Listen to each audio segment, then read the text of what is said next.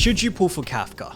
Do we have to run Sampo and Luka? She's expensive, requires so much investment. Kafka versus Jingyuan, etc. For some of these questions, I actually came to a different conclusion than some other content creators, and so today, let's talk about that. Hi, let's talk about Kafka because I think she got trashed a little bit too hard. Let's start off with the most important question.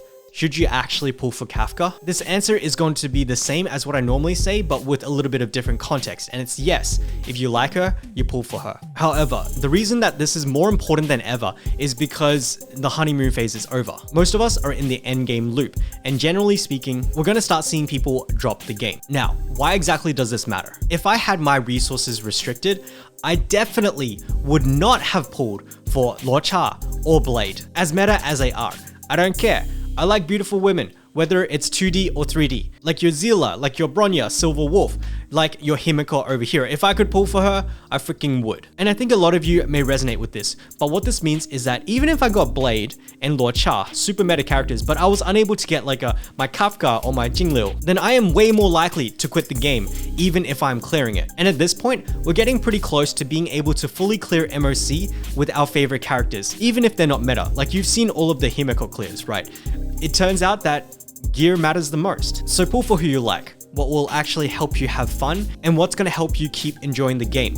Do not FOMO. That's probably the main message. Do not FOMO. Alright, so that aside, let's talk meta, starting with Kafka herself. Pulling for Kafka means insane resource investments because you're going to have to actually build a whole team around her, something like this, and you're also going to have to farm new gear for each one of these characters, well, the dot ones anyway. Kind of true, but also kind of not. For most people, as the minimum, I would probably recommend actually building Kafka and Sampo. However, there is actually a world where you don't build the Sampo and you instead hypercarry your Kafka with like your Bronya and maybe like your Silver Wolf or Pella, something like this with a healer, and you fill up the rest of the slots not with dot-based characters, but with attack-based and damage-based supports like Tingyun, Asta, Bronya, or defense down supports like again your Silver Wolf or your Pella over here. I'm gonna say this now, it will work. This will work. This with an Asta instead, like this will also work. And chances are, you've actually already built the majority of these characters because these characters are so freaking universal. Therefore, a lower investment barrier because you only have to build for the Kafka and potentially not the Sampo. Now, have a look at these calculations over here. And what this is actually a quick Tingyun versus Sampo simulation. But we're primarily going to be playing with these three stats because Tingyun and Sampo predominantly work in these areas. This is the formula for final damage. And as you can see, defense is a multiplier. So what that means is that I don't actually have to take this one into account, or res multiplier, or the universal damage multiplier, or the weaken multiplier. I'm assuming that all of these ones stay constant, especially if we are attacking the same target. The first thing that I want to illustrate is the relationship between damage percent multiplier, this purple one over here, with the damage taken multiplier, the green one, as well as the defense multiplier, which is where your defense down characters will be playing. And so for example, 3000 attack with a 200% multiplier means you do 6000 base damage. 6000 base damage, if you take this through a damage multiplier of 1.6, I think Bronya's skill is actually about 60% damage, and you target an enemy that has 30% extra damage taken, which comes to 1.3, then the final damage pre-mitigation, so before the defense multiplier and the universal damage reduction and all of those things, it will be about 12,480. Now,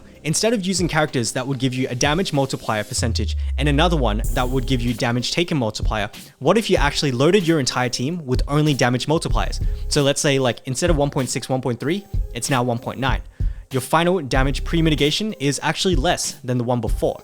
And so what I'm really trying to say here is that the closer they are to being equal, the higher the F damage. And so what that means is that if one character is already providing damage buffs, then you should consider manipulating one of the other multipliers, such as defense down or the damage taken. Because as you can see, as we get closer, 1.5 and 1.4, this is 12,600, which is more than the previous two. And then if they are equal, it's 12,615, which is pretty much the local maximum. And so again, the moral of the story here is that if you can, try to manipulate different sources of multiplication. However, before prioritizing these ones, I would certainly prioritize weaknesses first. And if that does mean that you stack like a whole bunch of damage percent multiplier, that's okay as well. And so for the next two lines, I wanted to illustrate the effect of base damage on the final damage pre-mitigation. So instead of 200% multiplier, I took 425, which is Zila's ultimate or skill, one or the other. And then working through the same example, 1.6, 1.3 versus 1.9 and 1, we come to 2295 difference between these two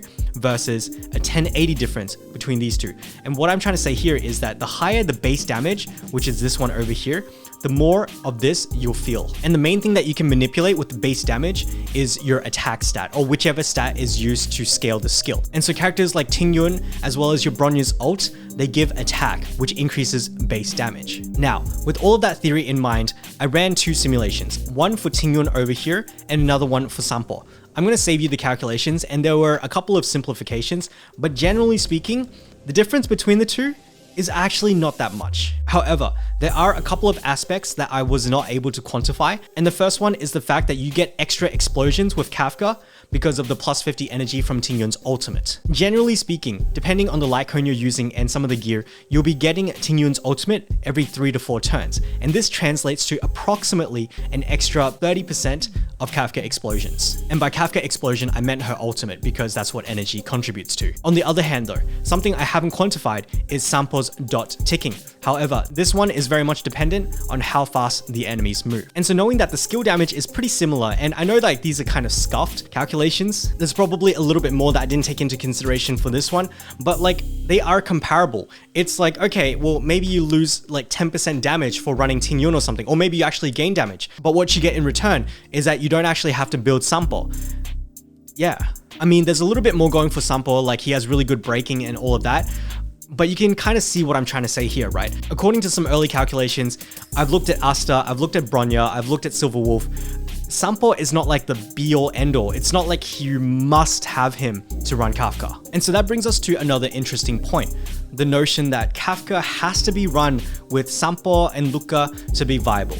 What I just showed you was that that's not actually true. Again, what's more important is actually matching the weaknesses. If they're fire weak, you're going to be bringing your Asta. If they're wind weak, you can bring your Bronya. You could also bring your Sampo actually. If they're not weak to your lightning, then you could bring your Silver Wolf to force the lightning weakness. And this, my guys, is completely fine, completely viable, and very, very good, because every part of Silver Wolf's kit, Pella's kit, it is relevant to Kafka. So no, it's not actually true that Kafka has to run a specific exact comp. You can actually treat her a little bit more like a hyper carry, even something like this. But in terms of stat priorities, we're still looking for attack, speed, and maybe the littlest bit of effect hit rate. Some people's first instinct are going to be like, oh, she's a dot-based carry. She applies dots, therefore she is going to need a lot of effect hit rate, like this one over here. My answer to that is no. And all I can say is, trust me, bro. I would honestly rather this effect hit rate be speed at a value of 2 and all of the upgrades to hit freaking flat attack. I would rather that than getting effect hit rate at 15%, something like that. You guys will see pretty soon, but Kafka will have 0 issues maintaining her shock stats, especially if you're going to be running light cones like this one over here. And so what this means in terms of gearing is that you're going to be looking for an attack body like this one over here. You're going to be looking for speed shoes like this one over here. I know my gear is dog shit. And for your trinkets, you're going to be looking for the space sealing station because it gives attack and then more attack, as well as lightning damage boost on the orb and just straight attack like this one over here for the link rope. The next thing I want to address is the possibility of crit. And so as most of you know by now, dots cannot crit. However, I would take crit stats over effect hit rate, because at least the crit stats, you can treat them as like a little bit of a bonus.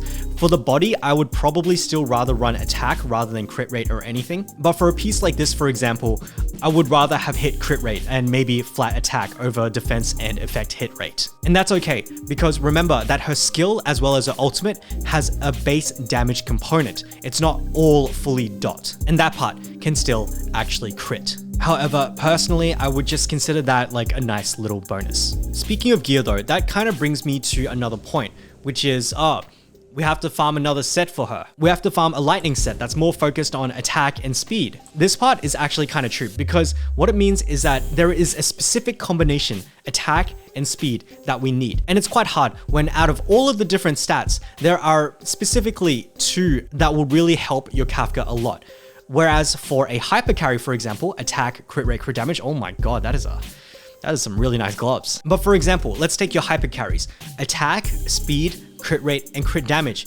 Any combination of these four are like definitely impactful, definitely useful stats. So what this means is that it's actually significantly harder to not only get the stat combination that you want, but to also roll into the stat combination you want. So it's much harder to find a good piece for not only Kafka, but also the dot units if you are insistent on building like a Sampo or the Luka. And then after you're done, maybe you're gonna play with a character other than Kafka. I mean, this piece of gear, you can certainly find a better piece for like your Jingyuan or whoever. And speaking of Jingyuan, let's talk about him and how exactly he compares to Kafka. There are a lot of people that are saying, oh, but they do damage differently. One does direct damage, one does dot damage, but really, the outcome is the same.